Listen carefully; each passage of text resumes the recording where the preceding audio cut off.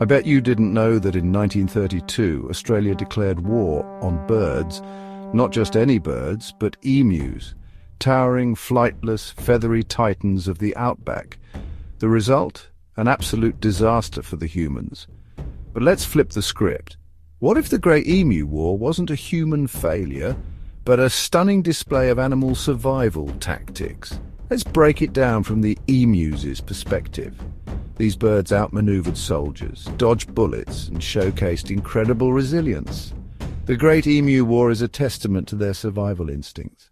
This wasn't an unprovoked attack. The emus were simply following ancient migratory patterns, something they had been doing for thousands of years. But after World War I, Australian veterans were given farmland in Western Australia.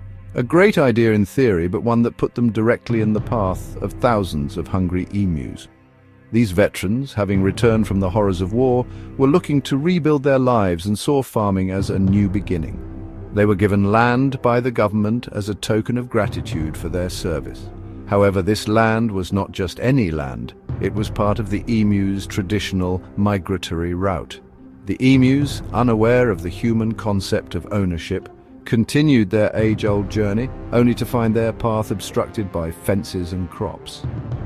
To the emus, these farms weren't private property, they were an all-you-can-eat buffet.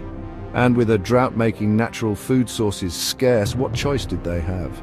Survival meant adaptation, and adaptation meant invading human farmland. The drought had dried up the natural vegetation that the emus relied on, forcing them to look for alternative food sources. The lush green crops of the farms were an irresistible temptation. The emus, driven by hunger, began to raid these farms in large numbers, causing significant damage to the crops. The farmers, already struggling to make ends meet, found themselves in a desperate situation. Their livelihoods were being threatened by these unexpected invaders. Emus migrate seasonally, moving from the inland regions to coastal areas in search of food and water. This migration is crucial for their survival, especially during harsh weather conditions. However, the establishment of farms disrupted these patterns, leading to increased conflicts between emus and farmers. The emus, in their quest for sustenance, would trample over fences and crops, leaving a trail of destruction in their wake. The farmers, on the other hand, saw their hard work being undone by these relentless birds. The situation escalated to a point where the farmers felt they had no choice but to seek help. They turned to the government, hoping for a solution to this growing problem. The government, recognizing the severity of the issue, decided to take action. This marked the beginning of what would later be known as the Emu War, a series of efforts to control the emu population and protect the farmers' livelihoods. The conflict between man and nature had reached a tipping point, and the stage was set for a dramatic showdown.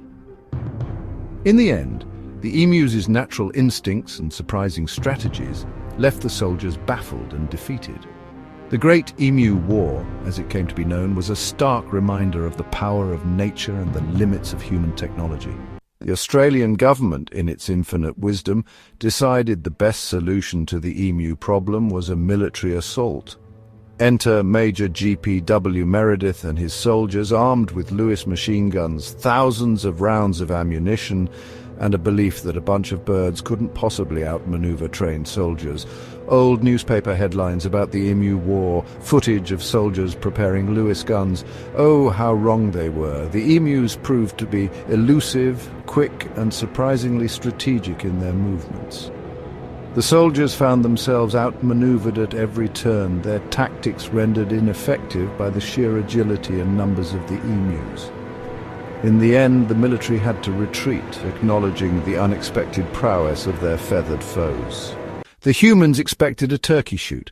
Armed with the latest weaponry, they believed this would be a simple operation. After all, they were up against birds, not trained soldiers. They envisioned a quick and decisive victory. The emus, however, had other plans. What they got instead was a masterclass in guerrilla warfare. The emus, with their keen instincts and surprising agility, turned the tables on the soldiers. The battlefield became a chaotic scene of confusion and retreat. The emus executed 3 key survival tactics that would put military strategists to shame. Their actions were so effective that they left the soldiers scratching their heads. Speed and agility animated military-style tactics, maps showing EMU formations, then cutting to emus sprinting at 50 kilometers per h while bullets missed them. Emus are fast, we're talking speeds of up to 50 kilometers per h. This incredible speed allowed them to outrun the soldiers and their bullets. The emu's long, powerful legs made them difficult targets. The soldiers found it nearly impossible to hit a moving emu. Many bullets simply couldn't keep up. The soldiers, frustrated by their inability to hit the emus, began to realize that they were up against a much more challenging foe than they had anticipated. Flanking and scattered retreats. Emus splitting into smaller groups, confusing the soldiers. Instead of panicking and running in one big flock, the emus employed a tactic familiar to any military strategist: flanking and scattered retreats. By splitting into smaller groups, the emus made it difficult for the soldiers to concentrate their firepower. They split up into smaller units. This meant that the soldiers had to divide their attention and resources, making it even harder to achieve their objective. This meant the gunners couldn't focus fire effectively. The soldiers, used to fighting human enemies who followed predictable patterns, were thrown into disarray by the emu's unconventional tactics. The legendary emu general, a particularly large emu standing tall as other emus move in formation. Some reports even suggest that one particularly large emu acted as a leader, directing the others away from danger. This emu, dubbed the emu general by some, seemed to have an uncanny ability to anticipate the soldiers' moves and lead the other emus to safety, directing the others away from danger. The emu general became a symbol of the emu's resilience and ingenuity. Whether this was coincidence or actual avian tactics is up for debate, but either way it worked. The emu's ability to adapt and survive in the face of human aggression was a testament to their resilience and intelligence. Emu tactics analysis. Experts have since analyzed the emu's maneuvers, noting their uncanny resemblance to guerrilla warfare tactics. Their speed, agility, and ability to scatter effectively made them formidable opponents. In the end, the emu's natural instincts and surprising strategies left the soldiers baffled and defeated. The Great Emu War, as it came to be known, was a stark reminder of the power of nature and the limits of human technology. Soldiers retreating, equipment breaking down. The scene was chaotic, with soldiers scrambling to find cover and equipment failing at the most crucial moments. The emus, seemingly unfazed, continued their relentless march across the farmlands.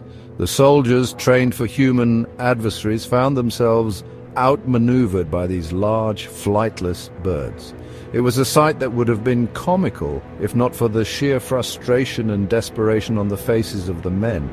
Despite firing over 2,500 rounds, the soldiers only managed to take down a few hundred emus. The rest escaped and continued to ravage farms.